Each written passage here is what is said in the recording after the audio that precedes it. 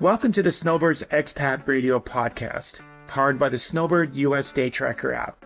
I'm your host, Gerry Scott, and my goal is to give you answers to your cross-border questions, to ease the stress of a cross-border move or extended trip, and to keep you up to date on all you need to know with cross-border rules and regulations. Now let's get on with the show.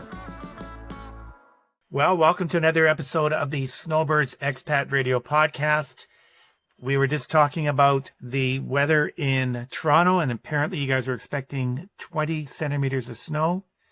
Yep. And sadly, we're not going to get that snow over here. And I won't mention anywhere where there's no snow. Okay. I will. That's fair. It's Maui. Okay. But anyway, Sharon is with Hanson Cross-Border Tax. We've had a chance to work with a few families together. And today we're going to be covering now this is really important. This is really geared towards the expats that move up to Canada, Americans who move up to Canada, or Canadians that have actually lived in the United States for many years, surrendered their green cards, and welcome home. So that's going to affect them as well, too. So, like I say, today we're going to be talking about the Windfall Elimination Provision, and we've got an expert from Hanson Tax with Sharon. And this is going to be a lot of fun because I don't know a lot about this, other than what I've read and changes I've heard about. And when the provision came out in 1983, I know very little. But one of the colleagues in our office has written a few blogs on this, Carson Hamill. So, Sharon, before we get started, tell us a little bit more about Hanson Cross-Border Tax before we get into these tough 10 questions. So Hanson Cross-Border Tax is a boutique firm. We're located in Oakville, so just west of the GTA. And we focus on U.S. and Canadian taxes. So that's all we do, 365. And, you know, we've seen things. We get a lot of questions about the Windfall Elimination Provision. And I also deal with a lot of expats coming in and going out of Canada. And the Social Security always comes up, especially, those that are working temporarily in the U.S. And, we have a small firm, but we enjoy helping our clients navigate these two complicated tax systems.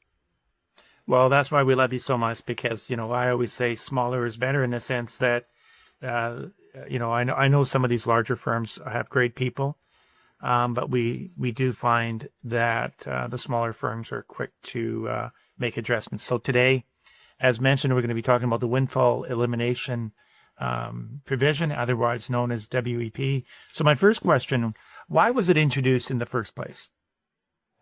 Well, that's a good question. And, the Windfall Elimination Provision is, I would say it's unique to the United States. I'm not aware of any other countries that sort of have this provision along with their Social Security benefits. And as you mentioned in the intro, the Windfall Elimination Provision came into effect back in 1983. So it's been around for a while. And it was basically, brought in to balance the lower income individuals and the higher income individuals that had a non-covered period. So when we talk about, or non-covered pension, and when we talk about a non-covered pension, we're talking about employment earnings or pensions that are being paid out by an employer that didn't have Social Security taxes withheld or paid. They're not paying into that program. And while I deal with a lot of international people, and they tend to come up more when you're dealing with totalization agreements, it actually impacts U.S. residents who are working for, let's say, government or state organizations or governments. And the reason why is because they're not contributing to Social Security the same way that, a non-government organization would be. they have a special pension that's set up just for them that's exempt from that. And so there is back in the day there was a thought that, people that were earning high incomes but weren't covered or paying into U.S. Social Security would have some kind of benefit um, over people that's were paying into U.S. Social Security, and and they called it a windfall.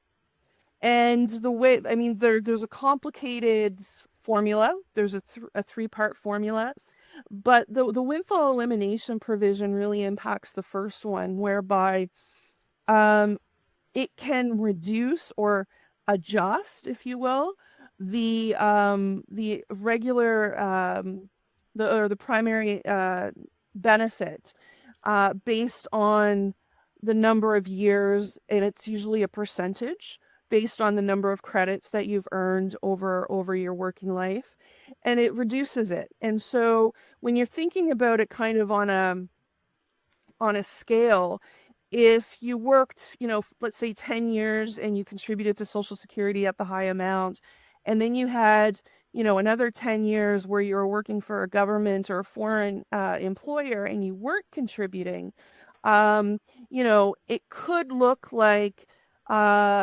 the adjustment ratio is going to be lower than what it would be if you were working through the Social Security agreements. And so what they thought was, okay, well, if we're going to have this windfall where it could artificially look like you've paid more into Social Security and have more of a covered pension, then we're going to adjust that so that it's more accurate to reflect what you've actually contributed into the program.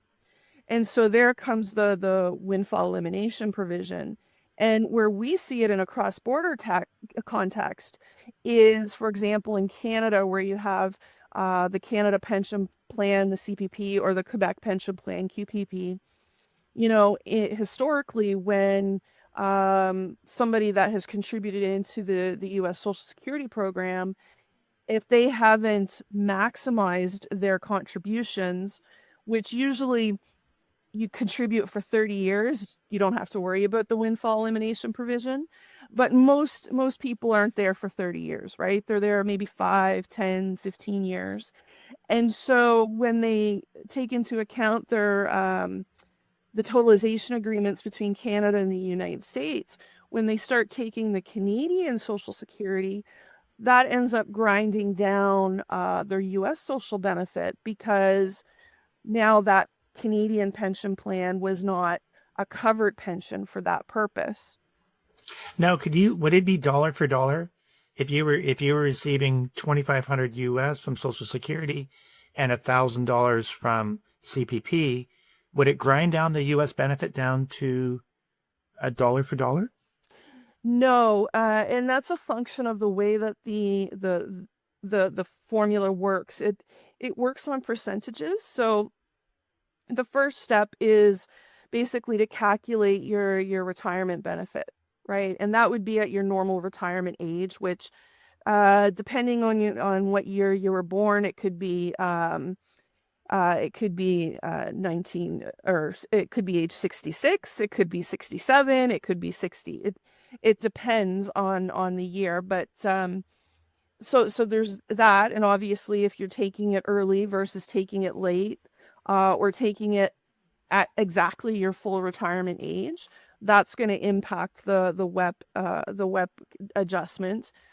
The number of years that you're contributing into U.S. Social Security versus another plan, that's also going to play a factor. So you have multiple inputs that are going to make that adjustment, right? And so you can't just say, oh, well, if I get $1 of CPP, I'm going to reduce my U.S. Social Security by $1, right? It's usually some percentage of that based on all the inputs. And it really does, it depends on, your income level, your contributions to CPP versus, or your benefit from CPP, your contributions to Social Security. So there's no one answer for everyone. You really have to work through that formula to figure it out. This sounds very confusing because we know there are people out there that are doing both their U.S. tax filings and their Canadian tax filings. This sounds complicated. I mean, if it gets missed, what liability is it? And, how do they correct this? Well, if a lot of the windfall elimination provision is really calculated at the time you apply for those Social Security benefits, right? Okay. And you would have to look at, if you contributed to other Social Security programs. So, if you're working in any country that the United States has a totalization agreement with, those would be factored in. So it doesn't impact just, obviously if you're working in Canada. But basically, a lot of times they run the calculation, and it may be a situation where, what if I take that CPP benefit, I'm going to lose more in my Social Security. So I'm going to forfeit my Canadian pension, my CPP benefits, because my U.S. Social Security, even though I'm not the 30 years, it's still more than what I would get, with CPP alone or in combination with the U.S. Social Security when you incorporate the windfall elimination provision. So we know what their thinking was in 1983. And I'm assuming that this was trying to make sure that Social Security would be viable for many, many years. So what are the key changes being introduced now? Because we're reading a lot about it. Yeah. And people are excited about the changes. It's exciting. I mean, this isn't the first time they've tried to not just repeal it, but change the formula, right? Change it so that, it's not, you're not looking at it as I'm losing benefit. It's adjusting for, I'm getting a benefit from another country, so I shouldn't be able to double dip, right? And effectively, depending on how it was framed or how people looked at it, it was either you were a winner or loser, right? And so there's been many, many, many attempts to change this windfall elimination provision. And when I heard in January that it was repealed, I almost fell off my chair, because it's something that has been around and people have been talking about it for so long, but nobody actually thought that it would get passed, because one of the reasons is the going concern, if you will, for U.S. Social Security. And, there's a lot of discussion out there on whether or not, it's going to be able to be maintained for generations to come. And so when you look at repealing the windfall elimination provision, even though the percentage of people that it impacts is only about 3%, we're talking billions of dollars, right? So over time, that's certainly a key concern. And, one of the questions would be, does that lead into a bit more of a reform for Social Security and how it's funded, how it's maintained? Because unlike in Canada, where our Social Security is really a pension benefit, and you can get disability and survivor benefits, there's a bigger piece to U.S. Social Security in that it also has a Medicare piece, which is also funded through payroll taxes. But, there's also a very lucrative spousal benefit, right? Which in Canada, we don't really have that. I mean, you can share your CPP benefit and split it with your spouse, but you're not getting any more income, right? In the United States, the the person that's earning or contributing to the Social Security gets their benefit, but then, their spouse can also get up to 50% of that as well. So there is sort of, a cascading effect on that, where it's not just the primary person that's, earning and contributing. It's also their spouse, their dependents as well, their survivors. So it'll be interesting to see the numbers and how they work through. This is supposed to be effective retroactive to January 2024. And so from what I've been seeing is the Social Security Administration is going to be calculating those WEP adjustments back to January 1st of last year, and sending the checks out to those people that were affected. So, there's probably going to be some nice surprises in the bank accounts in the coming months as those start to get processed. So some people are going to benefit from this, but some people are not going to benefit from this. Who are the people that are not going to benefit from these changes? Well, the individuals obviously that weren't subject to the Windfall Elimination Provision are not going to be impacted by this at all. If they did have a reduction, certainly they're going to get their full benefit, right? It's not going to be adjusted any longer.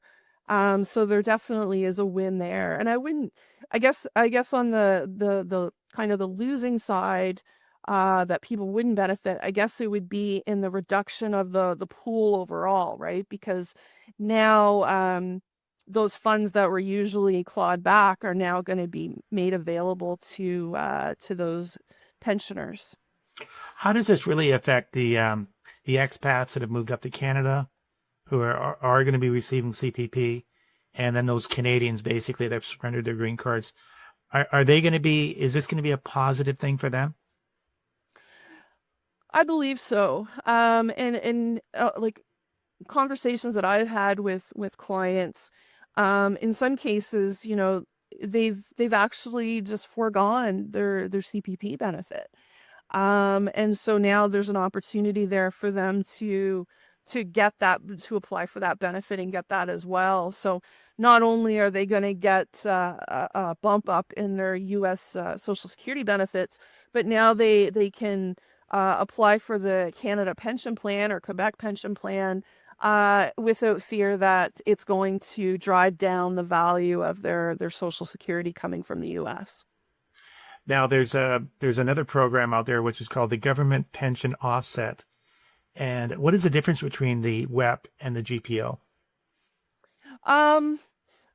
They're related. So, as I mentioned before, when you have the income earner, the employment earner that's paying into the Social Security, they look at those earning records and they calculate their retirement benefit. And if they're married at the time, and I'll clarify for the Canadians out there, the United States considers legally married. They don't necessarily consider common law like we do here in Canada. So if we're talking legally married, then you can look at that spouse getting up to 50% of that benefit. So it's like 1.5 times the benefit, right? And so what happens is, like I mentioned before, for those spouses, particularly when you're dealing with the state and local employees that their pensions are exempt from U.S. Social Security, there was an offset to the spouse's calculation as well. So the two pieces are, the Windfall Elimination Provision, which is adjusting the earner's benefit, and the government pension offset would be the adjustment to the spouse, the dependent, the survivee, the widow, to their benefit for that income that's not being subject to Social Security taxes. Now, I hate to ask this question because there's way too much noise in the news these days. This was passed by the Biden administration. What happens if Trump comes along and says no? Or can he? Does he have the ability to say, no, we're not moving forward with those changes? Because it has been passed. It has been passed, and it was passed through an act of Congress, right? So it wasn't in an executive order that was signed by the Biden administration. It was a congressional act. Um, I've heard during the run up to the election that President Trump was looking at perhaps making U.S. Social Security benefits tax free.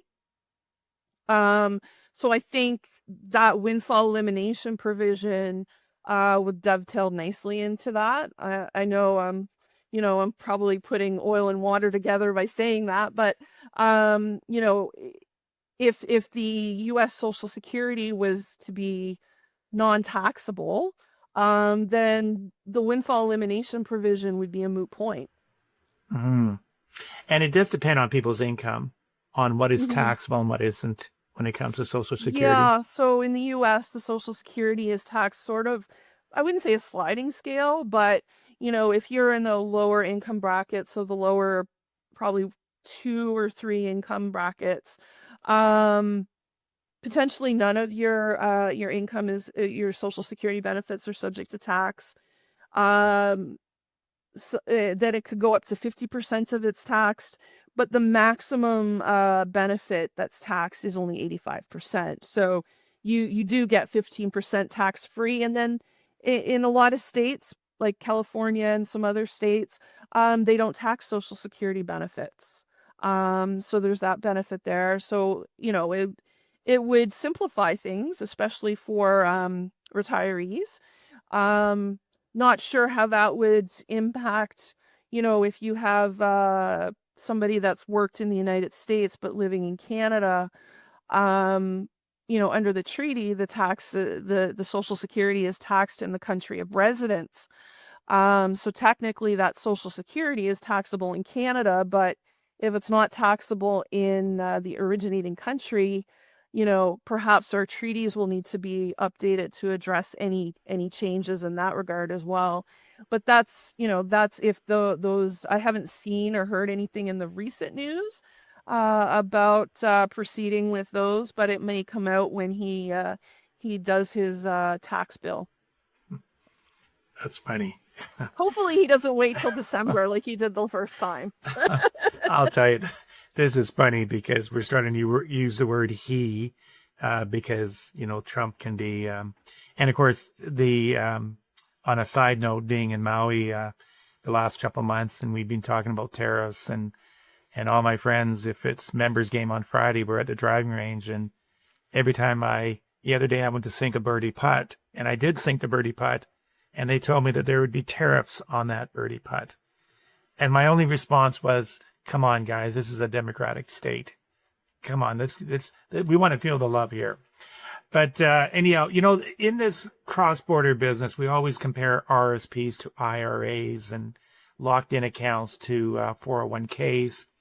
But there really isn't any comparison to what the average Canadian with CPP and your Social Security. They're not comparable, are they? Because when we see clients receiving large checks for Social Security, living up here in Canada, it can be as much as twice as much of what you would receive on CPP. Can you just let the audience know the big difference and stop comparing CPP to Social Security? Well, obviously, in the last probably 10 years or so, there's been some changes to enhance the CPP benefit, right? And you've been seeing that more so over the last probably 3 or 4 years with the huge jumps in contributions to CPP. Before those enhancements came into play, it was a rule of thumb where the U.S. Social Security would be a 3-to-1 benefit over Canadian. So to put that into perspective, the average working individual in the United States can get probably $20,000 to $30,000 a year in Social Security benefits, plus the spouse would get half of that. And in Canada, the maximum CPP is somewhere around 15,000. So it's it's it's it's apples and oranges when you try to compare the two systems. And once you reach age 65 in the United States, then you have this whole Medicare system that kicks in. So I mean, there's different parts to the Medicare. There's A, B, C, D. And you can elect to pay into some of those, but Part A is automatic if you qualify, based on the number of years. And in Canada, our pension plan is just that. It's just an income stream. It doesn't provide you, any coverage for Medicare. And a lot of that is because that's driven by the provinces, right? The province has their provincial health insurance, which residents are covered under. So there's different aspects to it, but in Canada, we get the coverage, but through different means. Okay, interesting. And the last thought, so really the WEP is positive for Americans living in Canada, Canadians that live down south. This is a very, very positive. And as you say at the beginning of the podcast, you were shocked that this was passed. Yeah, it kind of caught us off guard. A little bit better off guard than back in April when we got those capital gains rates in Canada, those changes. Those we were not expecting, but that was not a happy surprise. This was a quite welcome surprise for all of our expats who are in Canada, or Canadians that have worked in the United States and contributed. With the totalization agreements, as long as you can work a year and a half and get 6 credits into the U.S. Social Security system, you'll be able to get something from their Social Security plan. It won't be the full vested amount, but their Social Security taxes are quite high in comparison to ours. Their Social Security taxes, the income maxes out, I think for 2025 it's about 180,000, where ours maxes out at about 73,000. So you can see the difference, right? And of course their Medicare does not have an upper limit, so they do pay a lot in payroll taxes. Now, I'm going to ask one more question before I let you back to your busy day. You mentioned, and I believe we dodged the first bullet on the capital gains tax being deferred until January 1st, 2026. Is this tax going to come into play? Do you think we're going to see this tax? The capital gains tax? The 250 exemption for individuals and the corporation paying. Do you think it's coming in? Yay, nay? I don't think there's an appetite for it at this point. If I'm being cynical, I would say the damage has already been done. By that, I mean people have already sold and realized those gains based on that sort of proposal. And so that has increased the coffers, right? That's a done deal. People are already going to pay that tax. Now, I believe the Conservatives have come out and said they're not going to go forward with that, and the individuals that are running for the leadership on the Liberal side have also said that there's no appetite for that right now. And so I don't think it's really going to go anywhere. The capital gains inclusion rate hasn't changed since 2020. And every year we think it's going to change. There's a lot of appetite for that in the political arena. It's always been talked about to increase the capital gains tax, but I think as they've seen, it puts Canada at a very high disadvantage whether it's through business investments or personal savings. They didn't, they need a more comprehensive study to figure out how it's really going to impact. But I think they can see from what they've introduced, especially with the first 250, they're introducing a level of complexity into the Canadian tax system that I just don't think it needs, right? If you're talking about simplifying and reforming our tax system, entering something of that complex nature, because it impacts stock options, it impacts sale of residences. It's going to be a big issue, but I don't think the proposed legislation as it stands is going to ever see the light of day. Well, just one final thought that I'll share is the people that came to us when this capital gains tax was being talked about and we thought it was going to be implemented, people just are getting disgusted and wanting to exit Canada. But where do we go? America has their problems, obviously, but that's where this is where Sharon is so valuable, working with our teams and that we have on the wealth management side. So we truly appreciate the job you do. And this is complex stuff. I always tell people, do not try this at home. This is, even with the amount of experience that I have, I'm learning every day. And today you really helped me understand the WEP and the GOP and all these other acronyms that we throw around. So I appreciate your time and thank you very much, Sharon. My pleasure. Thanks for having me.